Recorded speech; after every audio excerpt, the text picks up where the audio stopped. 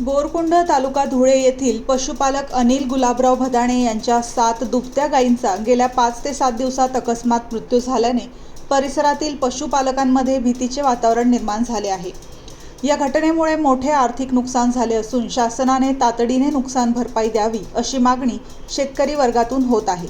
तसेच या गंभीर प्रकाराची दखल पालकमंत्री व स्थानिक आमदारांनी घेऊन विधान अधिवेशनात लक्षवेधी मांडावी अशीही मागणी करण्यात येत आहे।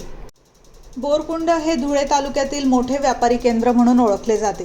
परिसरातील अनेक शेतकरी शेतीला जोडधंदा म्हणून पशुपालन व्यवसाय करतात। अनिल भदाणे यांचे कुटुंब गेल्या 30 ते 40 वर्षांपासून पशुपालन व्यवसायात कार्यरत असून परिसरात त्यांची एक आदर्श पशुपालक म्हणून ओळख आहे। मात्र गेल्या काही दिवसात एक दिवसाआड 7 दुभत्या गायी दगावल्याने त्यांच्या कुटुंबावर मोठे आर्थिक संकट कोसळले आहे। या घटनेनंतर पशुवैद्यकीय विभाग सतर्क झाला असून नाशिक येथून विशेष चिकित्सा पथक बोरकुंड येथे दाखल झाले आहे। मृत गायींचे नमुने तपासण्यासाठी पुणे येथे पाठवण्यात आले आहेत। मात्र अद्याप गायी दगावण्याचे नेमके कारण स्पष्ट झालेले नाही। परिसरातील पशुपालकांमध्ये त्यामुळे चिंतेचे वातावरण निर्माण झाले आहे। दरम्यान बोरकुंड परिसरात पशुपालन व्यवसाय मोठ्या प्रमाणावर असतानाही पशुवैद्यकीय केंद्रात तज्ज्ञ डॉक्टरांची कमतरता असल्याची बाब समोर आली आहे।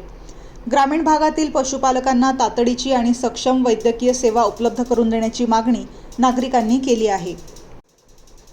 अनिल भदाणे यांची प्रतिक्रिया। माझ्या कुटुंबाचा उदरनिर्वाह हा दुग्ध व्यवसायावर चालतो। गेल्या अनेक वर्षांपासून आम्ही पशुपालन व्यवसाय करत आहोत। मात्र अचानक गायी दगावण्याचे कारण मलाही समजले नाही आणि खासगी डॉक्टरांनाही ते स्पष्ट करता आलेले नाही। आज गायी म्हशींच्या किमती गगनाला भिडल्या आहेत। अशा परिस्थितीत आमची मोठी आर्थिक हानी झाली असून शासनाने नुकसान भरपाई द्यावी अशी माझी विनंती आहे।